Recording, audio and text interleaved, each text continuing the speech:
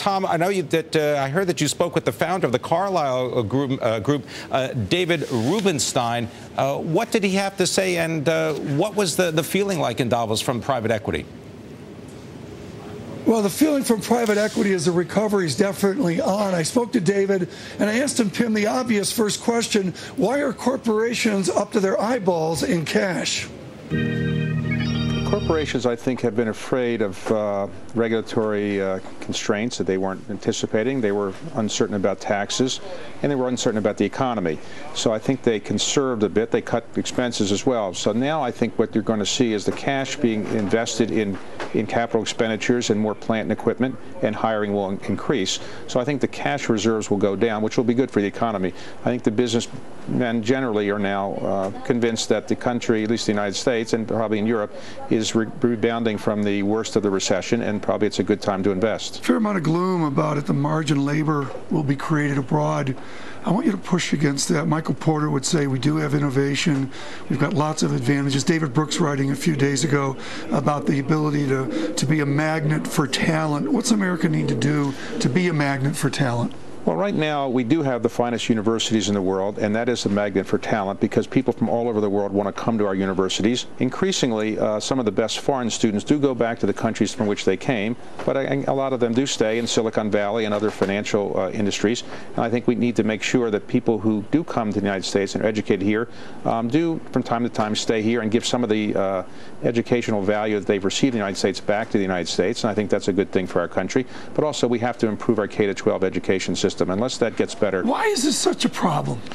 Well, it's a problem because it's a very large system. You have so many people in the K-12 system, and clearly there are many school districts that just don't have the financial resources to do what they should do. The guy, Zuckerman, this guy was a small startup company he started. It has to do with faces. And Zuckerberg. Were you in on this early? Did you figure Did your kids tell you about Facebook? Well, my daughter did tell me about this because she was an undergraduate at Harvard around the same time, and she told me about it, but I didn't go look at investing in it. That was my mistake. When you look at it, I believe Mr. Zuckerberg is giving some money to Newark, as I recall, the philanthropy that you do to universities. How do we bring that energy to K-12? Well, obviously, a lot of people give money to universities because they're graduates of those universities. Yeah. You don't see the same feeling towards people's grade schools or junior high schools or high schools, unfortunately. I think it needs much more government assistance, but there are philanthropists who are doing a lot in that area as well. Bill Gates and the Gates Foundation has done a great deal. Mike Bloomberg has done a lot as well. Other people are doing things that are quite helpful, but it's a much more endemic problem, much more difficult to solve. Wait, let's get back on the track here in the first part of this interview to finance. So they're up to their eyeballs in cash. They're going to deploy that cash. What's different about advising sellers now than a decade ago or 2 decades ago? Well, sellers now, I think, have an array of possible buyers. Of course, the financial buyers are back, corporate buyers are back, and the IPO market is more or less open. So I think the sellers can pursue whichever of those courses they believe is likely to get the highest rate of return. And I think the markets are now coming back to the point where sellers have the kind of options they might have had 10 years ago. Gerard Lyons of the Standard Chartered Bank talks about made in China versus the next decade owned by China. Does China become competition for larger sized acquisitions? Are they going to play hard? Or are they going to use the services of someone like you? Well, we are an investor, and we typically might team up with somebody. We don't advise people. But in our case, we do think that having a Chinese partner might be helpful in making acquisitions around the rest of the world, and we will probably look at doing some of those kinds of things. China probably wants to take some of its world-class companies and have those companies invest around the world and buy other companies in the United States or in Europe, as American companies have done in China or in Europe. I'm going to pick on a company I mention all the time just because it's the one I use, Emerson Electric. So China comes in, or any other outside nation. How much should we let them acquire of any given Emerson Electric? Well, I think there should be reciprocity. In other words, we should allow people to buy things here if we're allowed to buy things in their country. China has opened up, and we can buy a fair amount of things there, and I think we should allow them to buy a fair amount of things in the United States. Clearly, there's some industries that are very sensitive, aerospace defense industries, telecommunication industries, but things that are not involved with national security, I think they should be allowed to buy. the other day. I looked at the 10-year, 15-year track record of Intel. Pretty moldy. Another share repurchase, again, getting back to this idea of cash. Free cash flow is so in right now. It's like EBITDA 15 years ago. It's just such the vogue. When you hear somebody spout on about use of free cash flow, what do you think? Well, when you have a lot of cash flow, you either got a very, very good business or you're not expending enough for capital expenditures and growing the business for the future. I don't know. Each case it may be different.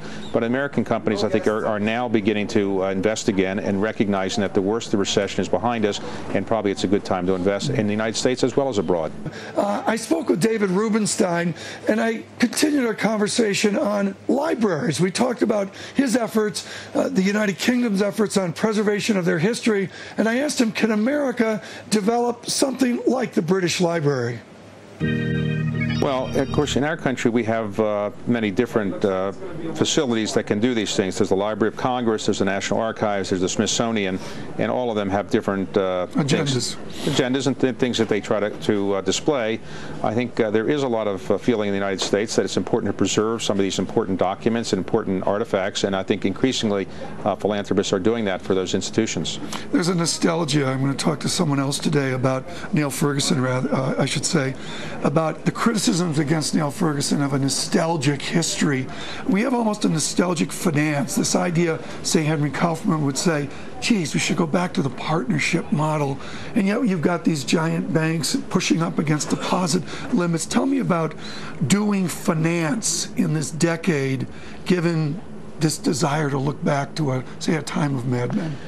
Well, people always like to look back and think that the good old days were things when they were younger and so forth. But generally, I don't think we can really look back. I think the world's moving forward. It's a much more global financial market, and I think the United States has to remain competitive with China, India, Brazil, and so forth. So looking back is very difficult to do.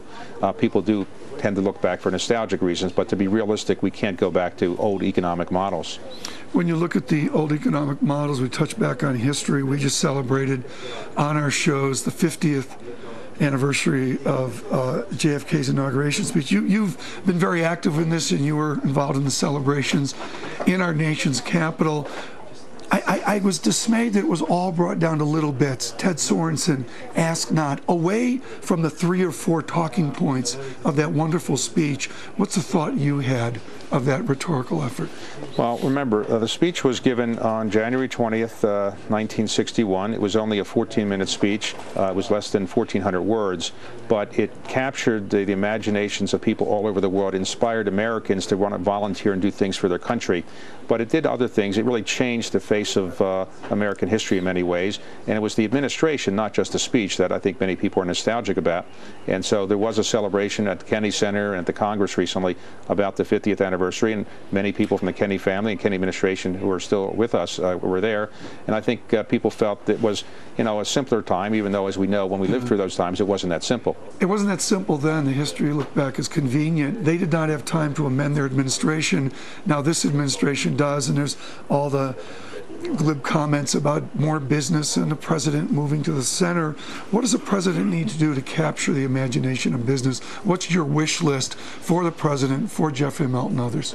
Well, I think the president has moved a bit more to the center in terms of issues businessmen and women care about, and I think that the business community, by and large, is now feeling that things are on the right track. I think the worst of the regulatory concerns are behind us, and I think people now know where taxes are going to be for the next couple of years. So I think the president has made some personnel choices that the business community is happy with. So I think the president has done a number of things that people in the business community are now happy with. I call this the Davos of our discontent. There's a spirit here. It's positive, but behind it there's some angst. Michael Porter of Harvard University, cover article HBR, writing about a new capitalism where there's not a generosity, but just a linkage between social values and profits. Do you buy it, or is it just about the balance sheet and income statement? I'm not sure. I'd say as to Davos, usually we have an enemy where somebody is the target. It's the sovereign wealth funds, the private equity funds, the banks. Right now we don't have a target, so there's angst. It's angst. Are you volunteering? No, but we don't know exactly who we're against or who to be critical of. But actually, I think people here now feel in Davos that the worst is behind us in terms of the economic recession, and we can look forward to the future with much better hope than we could probably 1 or 2 years ago. That was David Rubenstein, founder of the Carlyle Group, earlier today.